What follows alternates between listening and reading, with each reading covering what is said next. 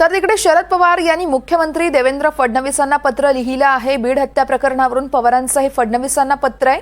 बीड प्रकरणातील आरोपी मोकाटच असल्याची जनभावना असल्याचं पवारांनी पत्रात म्हटलंय। बीड प्रकरण माणुसकीला काळीमा फासणारी घटना आहे। हत्या प्रकरणावर आवाज उठवणाऱ्या लोकप्रतिनिधींना देखील धोका असल्याचं शरद पवार यांनी पत्रातून म्हटलंय। गुंडांपासून या लोकप्रतिनिधींच्या जीवाला धोका निर्माण झाल्याची शक्यता नाकारता येत नाही असं देखील पवारांनी म्हटलंय। ग्राफिक्सच्या माध्यमातून आपण जाणून घेणार आहोत शरद पवार यांनी काय म्हटलंय। बीड हत्या प्रकरणात आरोपी मोकाट असल्याची जनभावना आहे। बीड प्रकरण माणुसकीला काळीमा फासणारी घटना आहे।